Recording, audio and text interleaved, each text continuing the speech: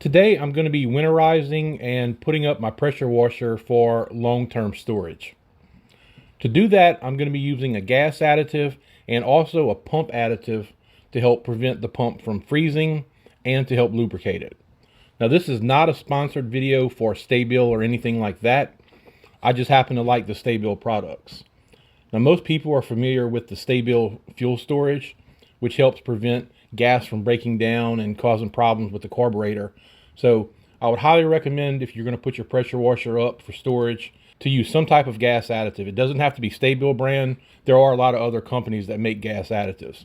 Now, one good thing about this pressure washer is it has a fuel cutoff switch. So you can actually cut the fuel off and it won't flow into the carburetor. The pressure washer pump protector is not really for piston pumps. It's more for these axial cam pumps that come on the homeowner style pressure washers. And what they do is, number one, they lube the seals and things like that inside of the pump. And number two, they displace the water so that your pump doesn't freeze if you live in an area where it freezes. Because if you leave water in the pump, it can freeze and bust it. Now, I much prefer the pressure washer pump protector that comes in an aerosol can rather than the type that you squeeze. I was actually having a conversation with someone on my channel who was trying to use the squeeze type, and they're having a lot of problem getting it into the pump.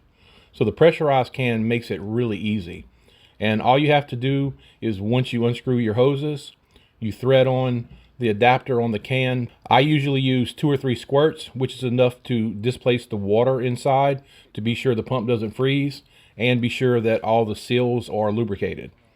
And after that, you unscrew the can, you've displaced water in your pump so that it's not going to freeze, and you've lubricated the seals inside.